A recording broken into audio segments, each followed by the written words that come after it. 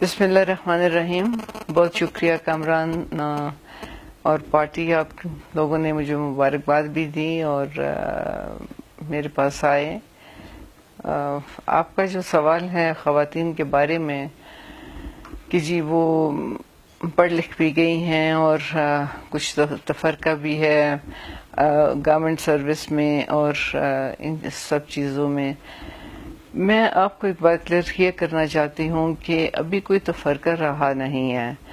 پہلے ایک 5% کوٹا ہوتا تھا، پھر 10% کوٹا ہوا خواتین کے لیے مخصوص اور 15% بھی ہوا. تو کہنے کا مقصد یہ ہے کہ جو بھی مقابلے کے امتحان میں آتا ہے، خواہ وہ خواتین ہوں یا مرد حضرات ہوں، تو جو بھی اس میں کامیاب ہوتا ہے اس کو سیٹ ملتی ہی ملتی ہے، اس میں اس کی کوئی رکاوٹ نہیں ہے. تو ہماری حکومت کا بھی یہی ہے کہ خواتین کو مزید سہولت دی جائے کہ وہ اپنی ایجوکیشن میں زیادہ سے زیادہ توجہ دے سکیں اور ان کو موقع زیادہ سے زیادہ ملے. اب اگر آپ دیکھیں پرائیویٹ سیکٹر میں بھی تو خواتین کو ترجیح دی جاتی ہے، کیونکہ خواتین میرے خیال میں زیادہ ذمہ داری سے کام کرتی ہیں اور ان کی پرفارمنس جو ہے وہ ہمارے میل جو ہیں ان سے بہت بہتر ہے. They are more responsible, I would rather say that. تو یہ ایجوکیشن تک آپ کا جو سوال تھا، تو میرے خیال میں یہ میرا جواب کافی ہوگا آپ کے لیے کہ جو بھی اس میں کامیاب ہوتا ہے، جو بھی مقابلے میں آتا ہے اور اس میں وہ ایک پوزیشن حاصل کرتا ہے، تو اس کا راستہ کوئی نہیں روک سکتا. میم خواتین کی بات کر رہے ہیں تو پہلے اس سیکٹر کو ہم ختم کریں پھر آگے بڑھتے ہیں. میرا ایک اور کوشچن ہے میم کہ ہمارے یہاں پہ ہیلتھ ایشو تو ہے سب کے لیے، حنزہ کے اندر بات کریں گے اسپیشلی خواتین کے لیے بہت زیادہ ہے. اگر کوئی ڈیلیوری کی کیس آ بھی جائے تو اتنا مسئلہ ہوتا ہے، انہیں علی آباد، بلکہ علی آباد بھی مشکل ہے، گلگت تک لے جانا پڑتا ہے. تو بہت سارے بڑے بڑے مسائل بھی پیدا ہوئے. ہیلتھ کا بہت بڑا ایشو ہے اسپیشلی سینٹرل حنزہ میں، اپر حنزہ میں بھی. تو اس کے لیے آپ کی پالیسیز کیا ہیں؟ دیکھیں جی بھائی، بات یہ ہے کہ ہسپتال تو حنزہ میں موجود ہے. فیمیل ہاسپٹل میں نے سب سے پہلے بنایا، یہ ارلی 90s کی بات ہے اور نواز شریف صاحب کی ہی حکومت تھی. اور اس وقت پہلی دفعہ خواتین کو اس وقت لیجسلیٹو اسمبلی نہیں ہوتی تھی، اس کو کونسل کہا جاتا تھا، ناردرن ایریاز کونسل، تو اس کی میں ممبر تھی. تو وہ بہت اچھا ایک کلاس ہاسپٹل بنایا تھا. مشکل ادھر یہ ہے کہ ہمارے ہاں جو پڑھ لکھ جاتی ہیں یا پڑھ لکھ جاتے ہیں وہ اپنے ہی گاؤں میں یا اپنے ہی جو ان کا جہاں پہ روٹس ہیں وہاں پہ کام کرنا نہیں چاہتے. وہ شہروں میں جانا چاہتے ہیں، وہاں کی خدمت زیادہ کرنا چاہتے ہیں، شاید ان کو پیسہ زیادہ ملتا ہے یا جو بھی وجوہات ہیں. اور اس وجہ سے میں سمجھتی ہوں کہ جو ہم نے ہاسپٹلس بنائے ان کی وہ یوٹیلیٹی نہیں پیدا ہو سکی جس سوچ سے ہم نے ہسپتال بنائے تھے. علی آباد میں بھی آپ دیکھیں ہاسپٹل ہے، گلمرگ میں بھی ہاسپٹل ہے، کریم آباد میں بھی ہاسپٹل ہیں. ہاسپٹلس کی کمی نہیں ہے. کمی ہے تو ڈاکٹرز کی ہے، سٹاف کی کمی ہے. ایک تو میں نے آپ کو یہ وجہ بتائی کہ جو ہمارے اپنے ہی بچیاں پڑھ کر فارغ ہوتی ہیں وہ پریفر کرتے ہیں کہ وہ ڈاؤن کنٹری میں وہ کریں. دوسرا ایک یہ ہے کہ جو ہماری مین چیز ہے وہ PC4 کہتے ہیں اس کو، جس میں کہ سٹاف کو پہلے سے تعین کیا جاتا ہے کہ بھئی یہ پروجیکٹ بنے گا تو اس کے اتنے سٹاف ہوں گے. ٹھیک ہے، وہ اس کمی کو ہم دور کرنا چاہتے ہیں اور انشاءاللہ تعالی اس حکومت میں اس کا کافی حد تک اس کا مداوع ہو جائے گا کہ PC4 بنے. ہم یہ چاہتے ہیں کہ سب سے پہلے PC4 بنے پروجیکٹ کا، تاکہ سٹاف جو ہے وہ آ سکے، اس کو پہلے سے وہ مقرر کر سکیں اور پروجیکٹ جو ہے وہ اتنی لاگت کے بعد کامیاب ہو سکے.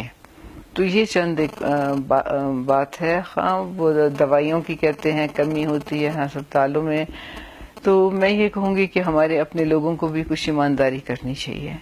وہ اس طرح کرنی چاہیے کہ سب کو تو میں نہیں کہتی ہوں، لیکن کرپشن تو ہر محکمے میں ہوتی ہے. دوائیاں آتی ہیں تو دوائیاں بازاروں میں بک جاتی ہیں، غریب لوگوں کو ملتی نہیں ہیں یا ضرورت مندوں کو ملتی نہیں ہیں. اب اس چیز کو ایک انسان کا یا ایک ممبر کا روکنا جو ہے وہ مشکل ہے. ایون کہ حکومت اس چیز کو اس حد تک نہیں روک سکتی جب تک کہ سول سوسائٹی، جب تک انسان خود اس چیز کو نہیں سوچتا کہ اس چیز میں کیا اچھا ہے اور کیا برا ہے. کیونکہ آپ ایک انسانی جان سے کھیل رہے ہوتے ہیں جب آپ دوائیوں میں کا خرد برد کرتے ہیں. تو ان مشکلات کو ہماری کوشش ہے کہ جلد از جلد ہم بہتر کر سکیں، اس پہ قابو پا سکیں اور عوام کو جو ہے وہ بہتر سہولیات جو ہیں وہ مقرر کی جائیں. میم میرے نظر میں میں جو سوچتا ہوں کہ ہمارے خواتین میں اور اسپیشلی میل میں بھی ایک ایجوکیشن کے لحاظ سے ایک کمی یہ ہے کہ پروفیشنل ڈگری ان کے پاس بہت کم ہے. لائک MBBS خواتین اگر پورے ہنزا میں دیکھیں تو ایک آدھی نظر آئے گی ہمیں. تو اس کے آفٹر افیکٹس ہمارے پاس کیا ہے؟ ہمارے پاس لیڈی ہاسپٹل ہے لیکن اس کے اندر ڈاکٹر ہمارے پاس نہیں ہے. تو کیا آپ یہ سمجھتی ہیں میم کہ واقعی میں یہ کمی ہے ہمارے سوسائٹی میں پروفیشنل ڈگری؟ کیونکہ یونیورسٹی میں ایک آدھا سیٹ ہمیں ملتا ہے، اس میں سے بھی پتہ نہیں پاس ہوتی ہے نہیں ہوتی، اس کا پتہ نہیں چلتا. کیا گلگت بلتستان میں میڈیکل کالج خواتین کے لیے ہونی چاہیے؟ اگر ہونی چاہیے تو آپ کی گورنمنٹ کی کیا پالیسیز ہیں؟ دیکھیے جی، یہ صرف خواتین کا مسئلہ نہیں ہے میڈیکل کالج کا، یہ اوور آل مسئلہ ہے میل فیمیل دونوں کا. اور جہاں میڈیکل یونیورسٹی ہوتی ہے وہاں ہاسپٹل بھی ہوتا ہے، یہاں جہاں میڈیکل ہاسپٹل ہوتا ہے تو میڈیکل یونیورسٹی بھی لازمی ہوتی ہے. تو ان چیزوں کو یہ پروجیکٹس جو ہیں ان کی بہت دیر پا اس کے نتائج جو ہیں وہ ہمیں حاصل ہوں گے.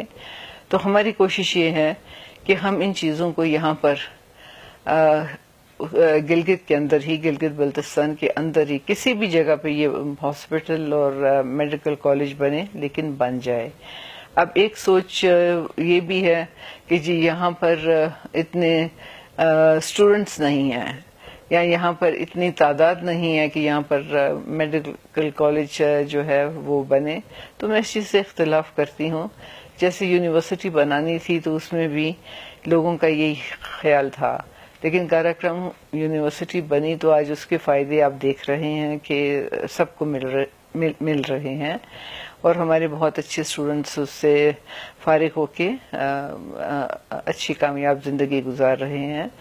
تو یہ چیزیں تھوڑا سا ٹائم تو لیں گی، لیکن اس میں ہمارے جو منتخب نمائندے ہیں ان کا بھی ایک کردار میں سمجھتی ہوں بہت لازمی ہے کہ وہ ان چیزوں کو سمجھیں اور ان کو ایک شارٹ ٹرم مت سوچیں کہ جی اتنے ہمارے پاس اسٹوڈنٹس نہیں ہوں گے، اتنا یہ نہیں ہوگا. جب ہم نیچے جا کر پڑھتے ہیں پاکستان میں تو کیا پاکستان سے اسٹوڈنٹس یہاں پر آ کے نہیں پڑھ سکتے ہیں؟